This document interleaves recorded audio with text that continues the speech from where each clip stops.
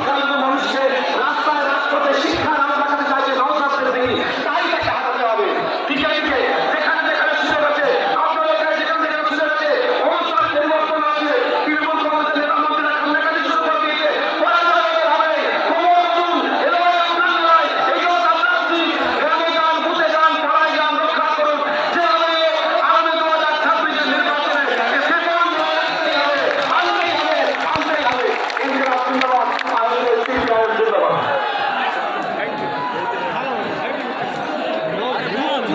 অসংখ্য ধন্যবাদ পরাশরী মহাশয়কে। খুব সুন্দরভাবে খুব স্বল্প সময়ে অনেক